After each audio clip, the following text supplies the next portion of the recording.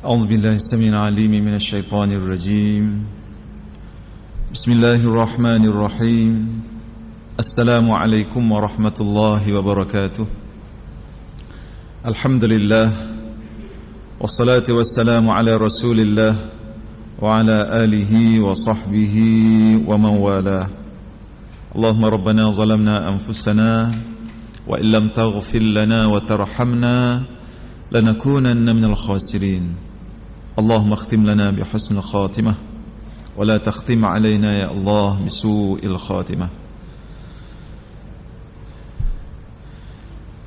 Alhamdulillah, kita bersyukur kepada Allah Subhanahu wa taala, nahmadullah subhanahu wa nashkuruh. Syukur yang tidak terhingga, yang mana Allah Subhanahu wa taala masih mengikatkan hati kita untuk cintakan kepada masjid, cintakan kepada ilmu, dan insya-Allah kita berdoa kepada Allah Subhanahu wa taala. Mudah-mudahan keikhlasan kita akan diberi kebaikan oleh Allah dan memberi petunjuk hidayah kepada kita dunia dan akhirat kita insya-Allah. Muslimin muslimat sidang jemaah dan juga para pendengar yang dirahmati oleh Allah Subhanahu wa taala. Pada malam ini insya-Allah kita sambung daripada perbincangan kitab kita Mastikah Hadis yang masih lagi membicarakan perkara-perkara yang berkaitan dengan Islam, iman, ihsan, dan perbincangan yang terakhir ialah yang berkisar ataupun yang berkait dengan persoalan as-salah, iaitulah sembahyang. Kita sambung perbincangan kita, iaitulah pada muka surat 67 Menurut sebahagian daripada ahli tafsir, mengingati Allah, yakni zikrullah, di sini ialah sembahyang 5 waktu. Maka sesiapa yang mencuaikannya kerana dilalaikan oleh harta bendanya, anak pinaknya dan segala urusan hidupnya, menjadilah ia daripada orang-orang yang rugi serugi-ruginya. Na'udzubillah. Kita masih lagi membicarakan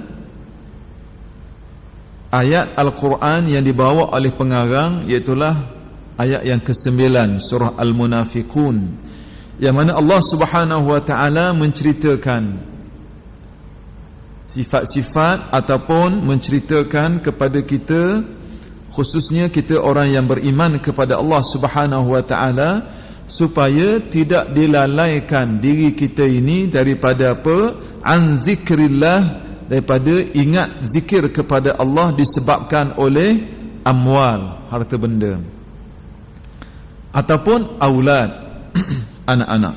Itulah ayat Allah Subhanahu wa taala yang berbunyi, a'udzubillahi minasyaitonirrajim, ya ayyuhallazina amanu la tulhikum amwalukum wala auladukum an dzikrillah وَمَنْ يَفْعَلْ ذَلِكَ فَأُولَئِكَ هُمُ الْخَاسِرُونَ. Sadaqallahul azim. Allah Subhanahu wa taala tujukan ayat ini kepada orang beriman. Supaya apa? Supaya kita tidak lalai. Kata Allah, janganlah kamu dilalaikan oleh urusan harta benda. Amwalukum, harta benda kamu, wa auladukum, anak-anak kamu, an zikrillah, daripada zikir, ingat kepada Allah. Jadi ada pandangan ahli tafsir, pengarang cuba bawa pandangan di sini yang dikatakan zikrullah, ingat kepada Allah dalam ayat ini, iaitulah sembahyang 5 waktu. Jangan sekali-kali kita dilalaikan oleh harta benda, dilalaikan oleh anak-anak yang berkait dengan zuriat kita, itu menyebabkan kita lalai daripada sembahyang 5 waktu. ataupun dikatakan mencuaikan sembahyang 5 waktu. Maka kalau berlaku seumpama ini, maka rugilah kita. Faulaika humul khasirun. Mereka itulah orang-orang yang rugi, kata Allah. Kemudian kalau kita lihat hadis selepas itu, dia kata apa? Dalam hadis-hadis pula ada diterangkan tentang setakat mana beratnya kewajipan sembahyang itu. Di antaranya baginda bersabda, maksudnya jaminan berbaik-baik antara kita dengan mereka yang mendakwa dirinya orang Islam ialah mengerjakan sembahyang. Oleh itu, sesiapa yang tidak sembahyang, maka sesungguhnya termasuklah ia dalam hukum orang kafir. Na'udzubillah. Jadi Rasulullah beritahu kepada kita, ya, bahawa orang Islam itu ciri atau sifat yang paling utama ada pada dia ialah mengerjakan sembahyang. Maka orang yang tak melakukan sembahyang, maka dia dari sudut hukumnya adalah termasuk di kalangan orang-orang yang kafir. Cuma di sana ada perbahasan para ulama. Dia tak sembahyang tu kerana apa? Ya, ada kerana ingkar, ada kerana dia buat mudah. Di situ ada sedikit perbincangannya. Kemudian kalau kita lihat hari ini, tuan-tuan dan puan sekalian, ramai dalam masyarakat kita ini ambil mudah bab sembahyang. Ya. Hari ini kadang-kadang kita lebih bekerja kepada urusan-urusan kerjaya kita. Kadang-kadang kita sembahyang ujung-ujung sebab apa? Nak raih mesyuarat, nak keluar takut bos marah dan sebagainya. Ya. Kita lebih melihat janji dengan manusia berbanding janji dengan Allah Subhanahu wa taala. Janji Allah ada waktunya, janji manusia pun kadang-kadang ada waktunya. Tapi apabila bertembung janji Allah dengan janji manusia, mana nak pilih tuan-tuan? Janji Allah. Kita kadang-kadang duduk masjid surau, mari semayang akhir-akhir dah. Panggil spuk. Mari parking kereta depan surau tu, kunci kereta tu bekerja kan ambil air semayang. Takut tak ada semayang isi kalau garik. Itu masyarakat kita hari ni yang buat mudah. Ya. Kadang-kadang ada majlis kita buat mudah. Jadi termasuklah kita di kalangan orang-orang yang disebut dalam hadis ini. Dan sabdanya lagi, maksudnya perkara yang menghubungkan seorang dengan kufur ialah meninggalkan solat.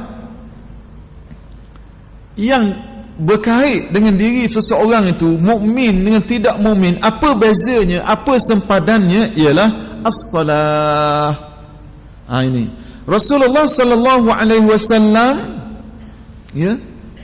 Kalau kita lihat Rasulullah sallallahu alaihi wasallam, dia bagi tahu kepada kita as-salatu imanuddin. Sembahyang itu ialah tiang agama. Sembahyang itu ialah tiang agama.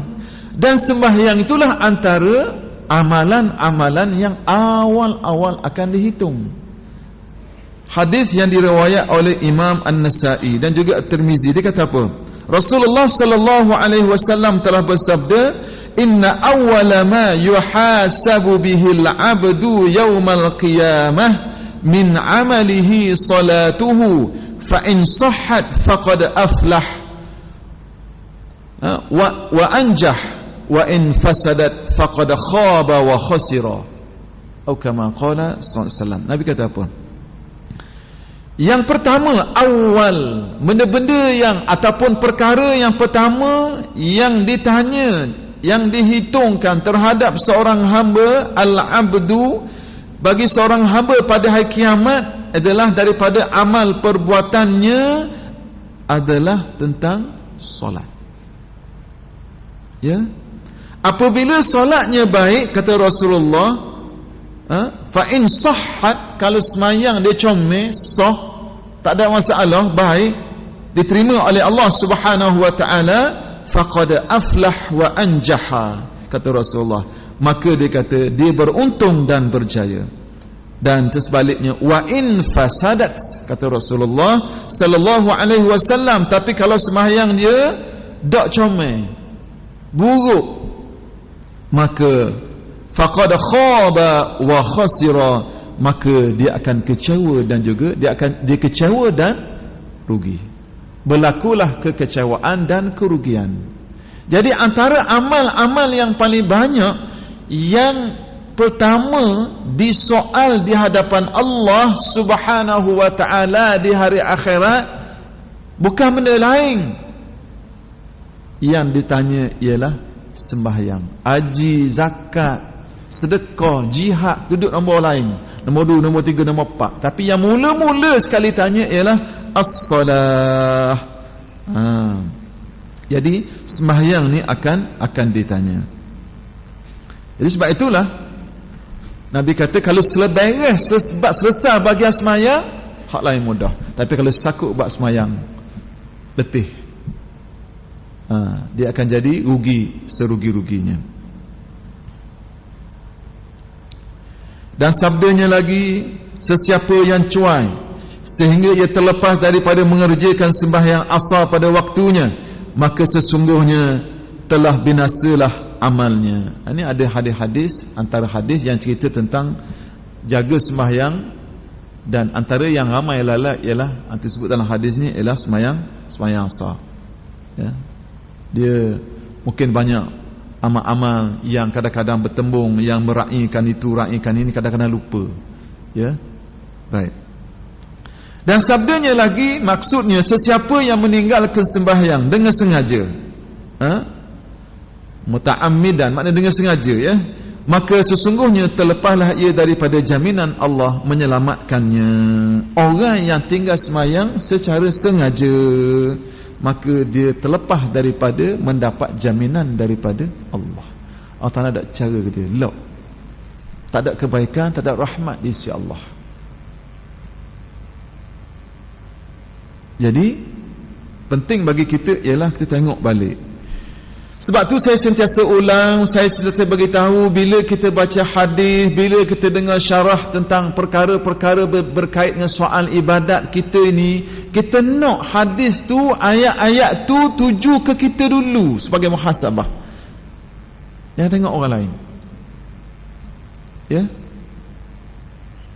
Dan dalam hadisnya lagi, dan sabdanya lagi, apa kata Rasulullah? Maksud dia kata, sesiapa yang memelihara sembahyang dengan sebaik-baiknya, nescaya sembahyang itu menjadi cahaya baginya dan menjadi bukti serta penyelamat bagi hari kiamat. Dan sesiapa yang mencuaikannya, maka semuanya itu tidak akan diperolehinya, dan ia akan dihimpunkan pada hari kiamat bersama-sama dengan Fir'aun, Qarun, Haman dan Ubay bin Khalaf. Ubay bin Khalaf. Hadis ni diriwayatkan oleh Imam Ahmad. Tuan-tuan puan-puan yang dikasihi oleh Allah, dan juga sidang pendengar yang dikasihi oleh Allah Subhanahu wa taala, ya. Kalau kita membicarakan, apabila kita membicarakan soal sembahyang, ya, amalan banyak amalan kita ini, amalan yang antara amalan pertama yang disoal ialah sembahyang. Dan Nabi kata siapa yang jaga sembahyang dia, ya, siapa yang jaga sembahyang dia, maka kanat lahu nuran, bagi ni dapat apa? Cahaya. Orang yang jaga sembahyang, bagi dia cahaya. Wa burhanan, dan menjadi bukti, menjadi hujjah kepada dia, dan dia selamat di hari kiamat. Tetapi sebaliknya Rasulullah sebut dalam hadis kita baca tadi, orang yang tak jaga sembahyang dia, lam yakul lahu nur, tidak ada cahaya bagi dia, ya, wala burhan, dan tidak jadi bukti, dan tidak boleh menyelamatkan dia di hari kiamat. Dan di hari kiamat bukan setakat tak ada cahaya, bukan setakat tak boleh menyelamatkan dia daripada neraka Allah Subhanahu wa taala, daripada mendapat rahmat daripada Allah Subhanahu wa taala, bahkan hadis ini kata lagi, dihimpun di hari kiamat bersama-sama dengan siapa dia? 4 golongan manusia. Yang pertama dengan Firaun wa Haman wa Qarun, dan juga yang akhir sekali ialah Ubay bin Khalaf. Ini orang tak jaga sembahyang. Ahli hadis menjelaskan tentang hadis ini, kenapa Rasulullah sallallahu alaihi wasallam mengaitkan ataupun memberi sandaran balasan kepada orang yang tidak sembahyang itu bukan sekadar tak dapat cahaya Allah, bukan sekadar tidak mendapat kebaikan di sisi Allah, menyelamatkan dia di hari akhirat, bahkan disandarkan mereka ini yang tak sembahyang ini dengan siapa dia? Yang pertama Firaun, yang kedua ialah Haman, dan yang ketiga ialah Qarun, dan yang keempat ialah Ubay bin Khalaf. Apa kata pengarang? Ya, fakrah yang bawah ataupun paragraf yang bawah sekali, muka surat 67 itu. Dia kata apa? Menurut penjelasan setengah ulama bahawa sebabnya orang yang tersebut dihimpunkan bersama-sama 4 orang, yakni jaguh kekufuran, ialah kerana yang melalaikannya daripada menunaikan sembahyang tidak lain melainkan harta bendanya atau kerajaannya, yakni jika ia seorang pemegang teraju pemerintahan atau jawatannya sebagai menteri ataupun perniagaannya. Jadi dia kata manusia ni lalai sembahyang sebab 4 ni je. Jam 4 Firaun, Haman, Qarun, Ubay bin Khalaf lambang kepada 4 benda ni. Sama ada harta sebab orang lalai sembahyang, ataupun pemerintahan yang dia pegang, kerajaan dia pegang, ataupun kerana jawatan dia sebagai orang penting dalam pentadbiran, ataupun yang akhir sekali disebabkan oleh bisnes ataupun perniagaan dia. 4 benda ni. Jadi kata para ulama, sebab apa? Sebab kalau kita lihat lagi, dia kata kalau hartanya yang melalaikannya, kalau yang pertama, kalau hartanya yang melalaikannya, maka ia akan dihimpun bersama-sama dengan Qarun. Qarun lambang kepada kekayaan. Kalau kita lihat bagaimana Rasulullah cerita bahawa yang pertamanya disebut ialah Qarun, ya, Firaun. Di sini ialah kalau dia kata berkait dengan, kalau hartanya yang lalaikan dia adalah bersama Qarun, kalau kerajaannya yang melalaikannya, maka ia akan dihimpun bersama-sama Firaun. Kalau kerana memiliki kerajaan, sibuk dengan kuasa, al-malik, dia kekuasaan, kerajaan, ketua, maka kalau itu yang melalaikannya, kata Rasulullah SAW, maka di hari akhirat dia akan dibangkit bersama dengan Firaun. Sebab Firaun ni lambang kerajaan yang zalim, lambang pemegang politik kuasa yang jahat. Sampai hari ini Allah sebut jahat seperti Firaun kejahatannya. Kalau pula jawatannya sebagai menteri yang melalaikannya, maka ia akan dihimpunkan bersama-sama dengan Haman. Siapa Haman ni tuan-tuan? Disebut dalam braket di situ ialah menteri Firaun, orang kuat Firaun, orang kanan Firaun. Dan kalau pula perniagaannya yang melalaikannya, maka ia akan dihimpun bersama-sama dengan Ubay bin Khalaf. Siapa dia Ubay bin Khalaf? Itulah saudagar kaum musyrikin Mekah. 4 golongan manusia. Yang pertama, kalau lalai itu disebabkan kekuasaan, disebabkan kerajaan yang dia pegang, maka dia bersama dengan Firaun. Sebab apa? Firaun ni ialah kuasa yang disebut dalam syarah kepada hadis ini, dikata Firaun ni ialah annahu tagha, dia ni melampau, disebabkan kedudukan dia, dan di hari akhirat dia humban dalam neraka Allah Subhanahu wa taala. Ya. Kemudian begitu juga akan dibangkitkan dengan Haman. Sebab apa? Sebab jawatan yang ada pada dia, sibuk nak urus. Kemudian kalaulah dia ni berurusan dengan urusan perniagaan sebagai tajir, inilah dikaitkan sebagai Qarun,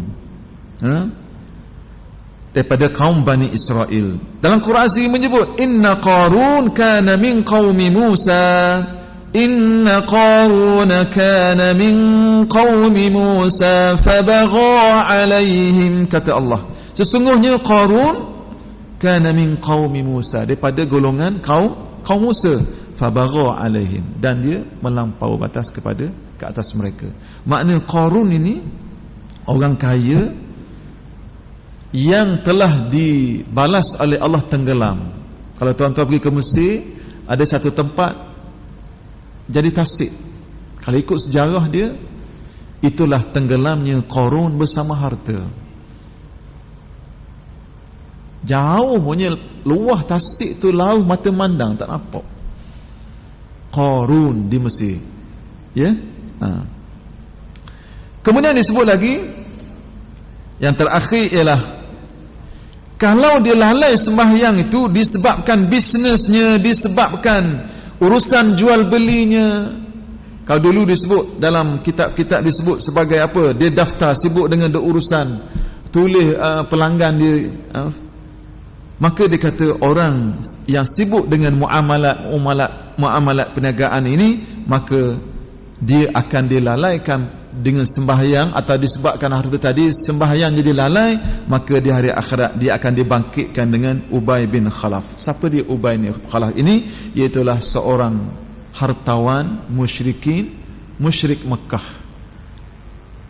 Dan Rasulullah sallallahu alaihi wasallam dalam peperangan Uhud, berdasarkan satu riwayat, dia telah mati dibunuh oleh Nabi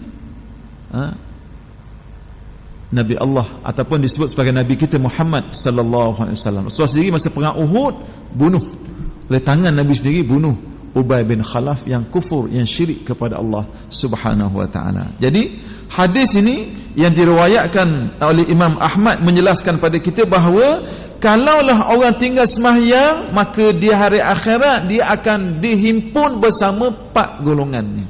Firaun ataupun Haman ataupun siapa yang ketiga tadi, iaitulah Qarun ataupun Ubay bin Khalaf. Ini banyak. Ada orang sebab harta menyebabkan dia lalai sembahyang, ada orang kerana nak uruskan urusan pentadbiran, lambat sembahyang, sibuk sana, sibuk meeting siapa, sepuk kat asar baru nak sembahyang zuhur, sepuk asar baru nak sembahyang garik, dot down ustaz, dot down semua. Sebab tu saya nasihatkan kepada orang-orang yang ada kedudukan, ada jawatan, buatlah mesyuarat selepas waktu sembahyang, buatlah perjumpaan makan malam selepas Isyak. Ini kadang-kadang buat lepas garik, ataupun garik tu sibuk dah. Jadi benda-benda seumpama ini kita boleh urus, masa itu kita yang uruskannya. Itu yang dikaitkan akan dibangkit dengan 4 golongan tadi. Dalam satu hadis lagi bahawa Sayyidina Umar radhiyallahu anhu berkata, seorang lelaki telah datang menghadap Rasulullah sallallahu alaihi wasallam, lalu bertanya, katanya, ya Rasulullah, apakah satu-satunya amal dalam Islam yang lebih diperkenankan oleh Allah Ta'ala? Baginda menjawab, ialah sembahyang yang dikerjakan pada waktunya, dan sesiapa yang meninggalkan sembahyang maka tidak ada agama baginya, kerana sembahyang itu ialah tiang agama. As-salatu imanuddin. Tak ada dah lebih pada tu. Ya, sembahyang sendiri yang diletakkan sebagai amal yang terbaik. Baik. Dalam satu hadis yang lain, baginda bersabda, maksudnya pengarang bawa hadis-hadis ini, apabila seorang mengerjakan sembahyang pada awal waktunya, naiklah sembahyang itu ke langit serta ia bercahaya sehingga ia sampai kepada arash, lalu ia meminta ampun bagi orang yang mengerjakannya. Demikianlah hal sembahyang itu hingga hari kiamat, sambil ia berkata, semoga Allah memeliharamu sebagaimana engkau memelihara aku. Dan apabila seseorang mengerjakan sembahyang pada luar waktunya, naiklah sembahyang itu ke langit dengan diselubungi oleh gelap gelita. Setelah sampai di langit, lalu digulung seperti tergulungnya baju buruk dan dipukulkan ke muka orang yang mengerjakannya, sambil sembahyang itu berkata kepada tuannya, semoga Allah mensia-siakanmu sebagaimana engkau mensia-siakan aku. Na'udzubillah. Allahu Akbar. Sembahyang kita ni tuan-tuan, berdasarkan hadis ini, dia akan naik. Kalau diterima oleh Allah, penuh dengan khusyuk, penuh dengan kebaikan, dia menjadi cahaya, bercahaya hingga kepada arash Allah. Dan dia mohon keampunan kepada orang yang mengerjakan sembahyang, mengerjakan dia. Dan Allah Ta'ala pelihara, dia doa kepada Allah supaya pelihara orang yang solat ini sebagaimana orang yang melihara diri dia. Tetapi sebaliknya, kalau orang yang lalai daripada sembahyangnya, buat mudah dengan sembahyangnya, tak jaga, orang Terengganu kata buat lereh, buat mudah, buat lereh, tak kira mana, tak ambil berat, maka sembahyang tadi tidak diterima oleh Allah, naik dalam keadaan gelap gelita, kelam. Bahkan dia campak, berdasarkan hadis ni, campak balik ke muka seperti mana campaknya baju yang buruk. Seraya berkata, dia kata, semoga Allah mensia-siakan kamu sebagaimana kamu mensia-siakan aku. Na'udzubillah. Allahu Akbar. Jadi kita tuan-tuan, saya ingatkan diri saya, tuan-tuan puan sekalian, bila kita semayang ni, berusahalah supaya tidak lalai. Ingatkanlah kepada orang-orang bersama kita semayang dengan penuh kebaikan. Jazakallah, jazakallah khairan kepada Tok Imam kita yang selalu ingatkan supaya semayang kita ni semayang yang terakhir. Supaya apa tujuannya tuan-tuan? Supaya semayang kita khusyuk kepada Allah. Itulah nilaiannya. Kemudian tajuk yang berkait lagi selepas ni, selepas tu disebut macam mana orang yang mengerja sembahyang dengan tidak sempurna amatlah buruk balasannya. Dalam satu hadis yang terangkan bahawa Rasulullah sallallahu alaihi wasallam melihat seorang yang tidak menyempurnakan rukuknya dan mematuk, yakni seperti ayam, semasa ia sujud, lalu baginda bersabda, maksudnya kalau orang itu mati dalam keadaannya yang demikian, nescaya ia mati dengan ketiadaan Islam. Ini orang semayang dah, apatah lagi orang yang tak semayang. Orang semayang pun dipertikaikan lagi solatnya kalau ada kecederaan, perbuatannya, amalnya, haktinya, bacaannya. Apatah lagi orang tak semayang. Na'udzubillah. Dalam satu hadis lagi diterangkan, maksudnya seorang itu tidak akan beroleh pahala daripada sembahyangnya, melainkan mana-mana yang dikerjakan dengan penuh kesedaran. Setengah orang yang mengerjakan sembahyang ada kalanya tidak mendapat 1/6 daripada pahala sembahyangnya, dan tidak juga 1/10, yakni ia hanya mendapat pahala bagi bahagian sembahyang yang tertentu yang dikerjakannya dengan penuh kesedaran serta khusyuk. Orang yang penuh sedar dan khusyuk di sepanjang sembahyangnya, maka ia beroleh pahala bagi seluruh sembahyangnya itu. Dan sebaliknya, orang yang lalai di sepanjang sembahyangnya, hampalah dia daripada mendapat sebarang pahala mengenainya. Na'udzubillah. Jadi sembahyang kita dikira dinilai oleh Allah bergantung banyak mana khusyuk. Bergantung khusyuk ke tak khusyuk. Kadang-kadang rakaat pertama khusyuk, masuk rakaat kedua tak khusyuk. Kadang-kadang 3 rakaat khusyuk, kadang-kadang 1 rakaat tak khusyuk. Kadang-kadang tayat akhir nak salam baru khusyuk, sebelum tu tak khusyuk, tak tahu ke benda, tak sedar tak mahu salam, salam dah. Ni masalah. Sebab tu kita nak semayang, hadapkan diri kepada Allah. Saya ingatkan diri saya kepada tuan-tuan juga sidang pendengar sekalian, supaya kita ikhlaskan diri, supaya kita fokus betul-betul. Bila sebut khusyuk ni mana tuan-tuan, kita fokus apa yang kita buat, sembahyang kita, bacaan kita, hati kita khusyuk, mengharapkan kebaikan, takut kepada Allah Subhanahu wa taala dengan azabnya. Insya-Allah banyak bantu kita untuk dapat khusyuk di sisi Allah Subhanahu wa taala. Orang mukmin yang menaruh belas kasihan kepada dirinya sendiri dan mencintai agamanya adalah bertanggungjawab mengambil berat menyuruh dan mengajar ahli rumah dan anak pinaknya supaya mereka tetap memelihara dan mengerjakan sembahyang. Kewajipan ini ditegaskan oleh Allah Subhanahu wa taala dalam Al-Quranul Karim dengan firman-Nya yang bermaksud, dan perintahkanlah keluargamu mengerjakan sembahyang dan hendaklah engkau tekun bersabar menunaikannya. Jadi Allah Subhanahu wa taala bagi tahu kepada kita supaya apa? Supaya kita sabar dalam tunai sembahyang. Supaya apa? Supaya kita pelihara diri kita, anak-anak kita dengan sembahyang. Apa kata Allah? Ya, kalau kita lihat apa ni disebut dalam ayat ni, wa aqimus salah wa atuz zakah warka'u ma'ar raki'in. Sembahyang bersama dengan orang-orang yang rukuk. Kemudian dalam surah Taha yang kita sebut tadi ialah bagaimana Allah Taala menyebut wa'mur ahlaka bis salati wastabir 'alaiha la nas'aluka rizqan nahnu narzuquk wal 'aqibatu littaqwa. Allah Taala kata apa? Bahawa suruhlah ahli keluarga engkau untuk sembahyang, sabar mengerjakannya, dan Allah Ta'ala tak mahu rezeki kita dan kebaikan itu kepada orang-orang bertakwa. Nak cerita di sini, sembahyang ni bukan hak mak ayah saja, kena suruh anak-anak. Sebab tu Nabi ajar kita bila anak 7 tahun suruh sembahyang, bila anak 10 tahun tak mau sembahyang lagi, pukul. Dia kata apa? Tidak mudarat. Itu agama ajar kita. Adapun rasional manusia tidak begitu. Allah Subhanahu wa taala cipta kita. Dia tahu di mana titik kelemahan kita. Sebab tu dia kata nak didik anak, Rasulullah ajar kita, agama ajar kita didik anak 7 tahun suruh sembahyang, 10 tahun pukul. Undang-undang manusia pukul anak tak boleh setengah-setengah negara. Macam berlaku terakhir isu di Sweden. Ya. Jadi isu besar melibatkan 2 negara sebab undang-undang Sweden tak boleh pukul anak.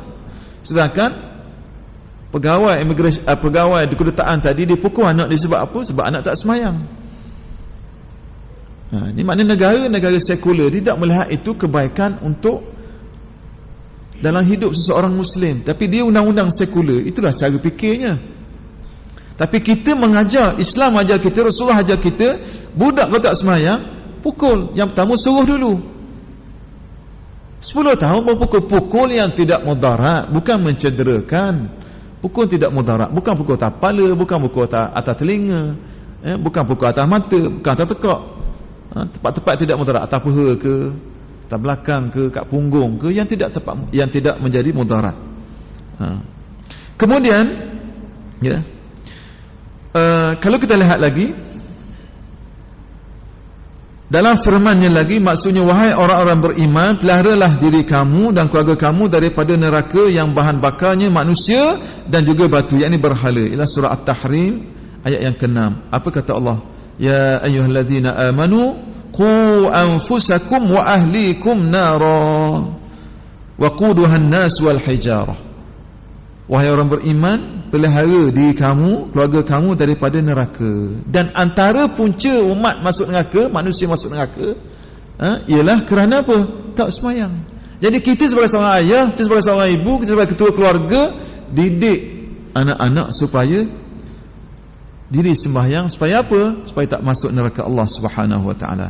Nabi sallallahu alaihi wasallam sendiri setelah ayat ini turun sentiasa mengambil berat mengingatkan dan mengawasi keluarganya mengenai sembahyang. Bahkan baginda dan keluarganya apabila menghadapi apa-apa kesukaran, lazimnya baginda dan keluarganya mengerjakan sembahyang sebanyak-banyaknya. Ada masalah, sembahyang. Sebab tu Quran sebut dalam ayat disebut bagaimana? Wasta'inu bis-sabri was-salah. Mohonlah pertolongan dengan sabar dan sembahyang. Sembahyang hajat, sembahyang minta Allah Ta'ala bagi mudahkan urusan kita dunia akhirat kita. Bersabar, itu cara mukmin. Ya. Jadi Rasulullah, dia dan keluarga kalau ada masalah, dia sembahyang sebanyak-banyaknya. Cara yang demikian ini, kata pengarang, cara yang demikian ini juga menjadi amalan nabi-nabi yang telah lalu alaihimussalatu wassalam. Maknanya mendekatkan diri, sembahyang mendekatkan diri kepada Allah Subhanahu wa taala. Kerana tidak syak lagi sembahyang itu menjadi sebab yang membawa rahmat, murah rezeki dan menolak bala bencana. Jadi sebab itulah peranan kita nak hidupkan sembahyang ini. Kita tak mahu menjadi orang-orang yang lalai dengan sembahyang. Saya sempat tengok beberapa kajian yang dikemukakan oleh siapa nama ni, yang bahagia Datuk Fadilah Kamsah. Tuan-tuan kita kenal dia ni, dia pakar motivasi dan banyak buat kajian tentang amal-amal berkait dengan hubungan dengan Allah, hubungan manusia dalam masyarakat kita ni. Ditulis balik oleh Zuarida Muhyin dalam utusan. Dia kata, saya petik di sini bagaimana dia kata, ya, dia kata 80% kata Datuk Fadilah, Dr. Fadilah Kamsah, dia kata kajian yang dibuat ya, mendedahkan 80% umat Islam di Malaysia masih tidak menyempurnakan solat 5 waktu dalam sehari.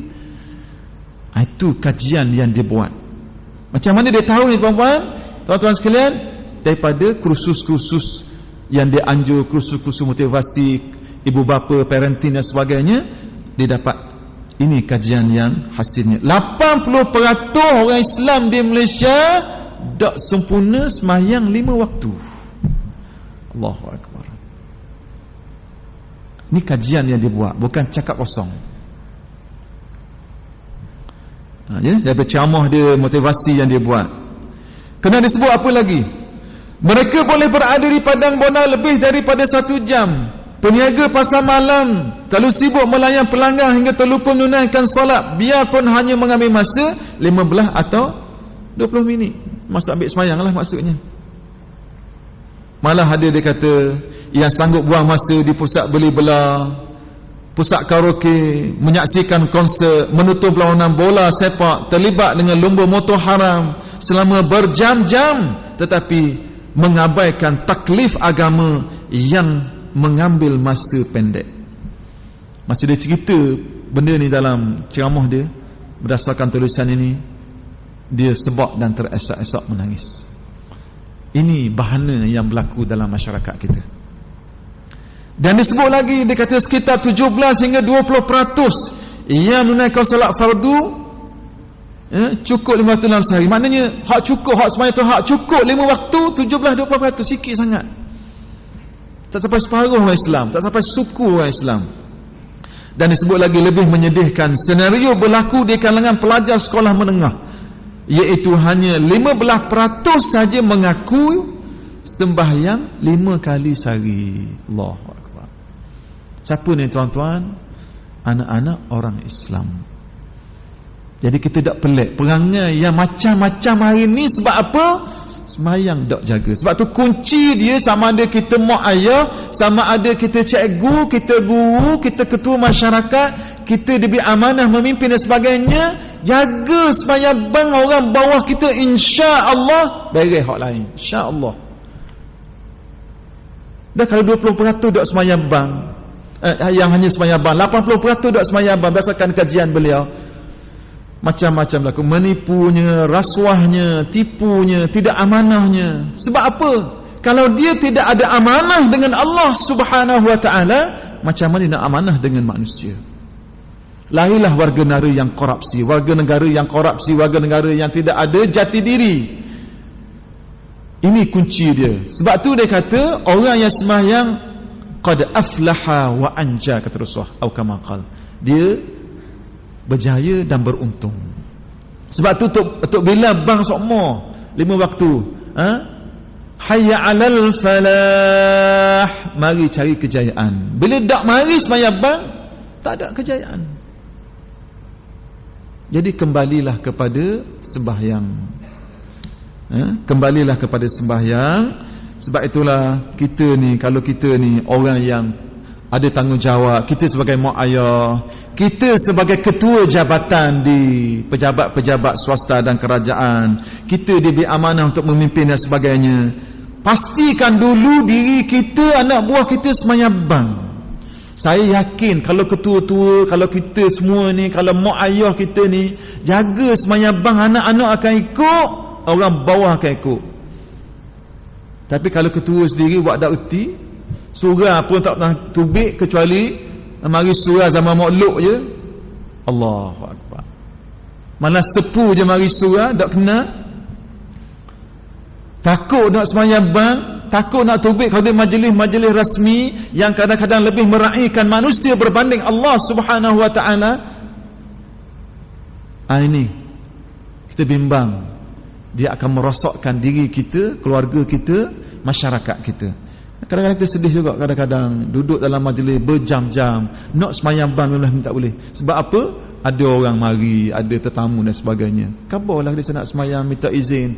Sebab tu sebut tadi, kalau ada majlis-majlis yang kita boleh handle, pastikan tidak melibatkan waktu sembahyang yang melanggari batasan-batasan waktu tadi.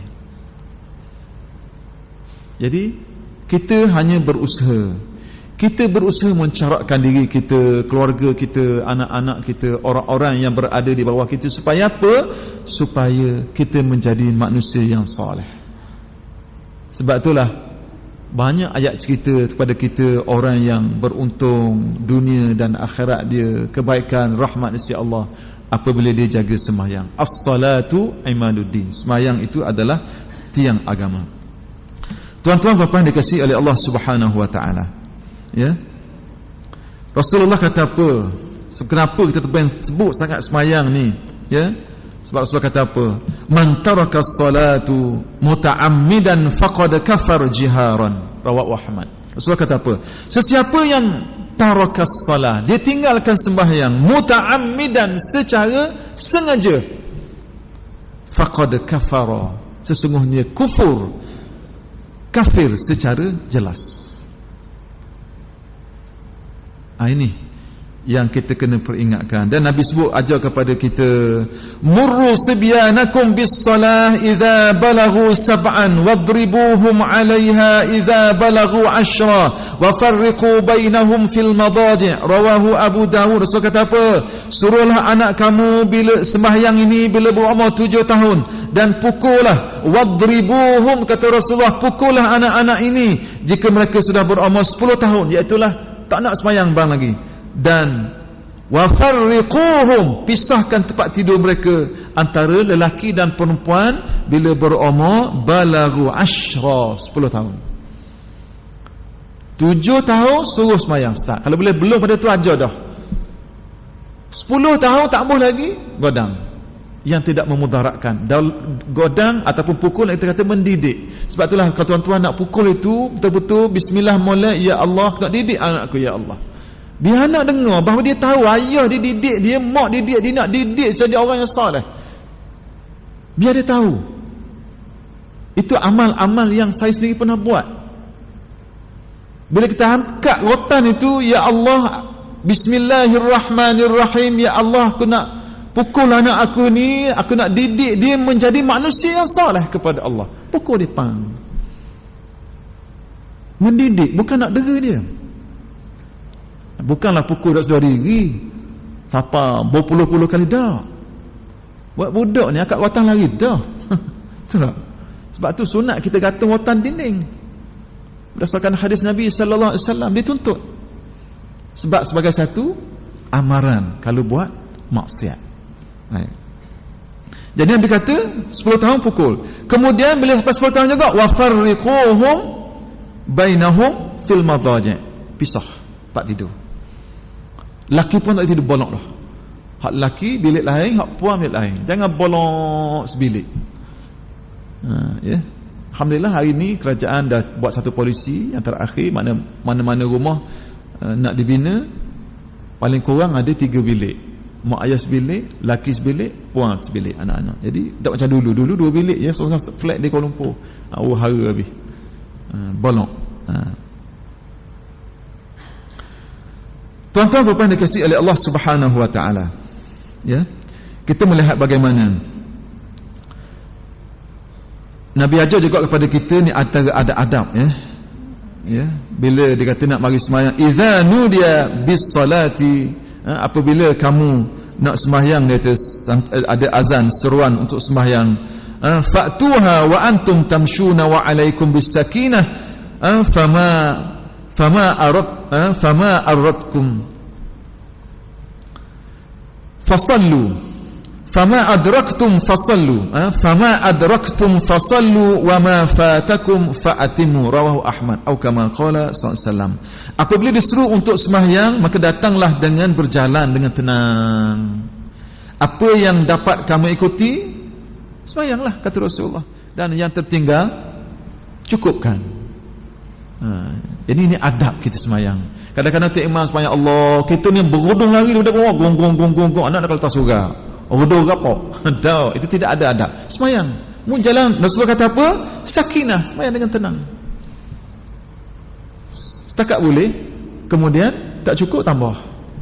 Jadi apa yang nak kita simpulkan malam ini ialah sembahyang itu benda yang penting. Siapa saja dalam masyarakat kita mak ayah, siapa saja didik keliling kita supaya jaga sembahyang. Insya-Allah. Keluarga yang jaga sembahyang bang, masyarakat jaga sembahyang bang, di jabatan swasta kerajaan yang jaga sembahyang bang, insya-Allah kebaikan, kerahmatan daripada Allah Subhanahu wa taala. Wallahu alam. Aku qouli hadza wa astaghfirullahal azim li wa lakum. Wassalamu alaikum warahmatullahi wabarakatuh. Wallahu alam. Bismillahirrahmanirrahim. Wal 'asr. Innal insana lafi khusr.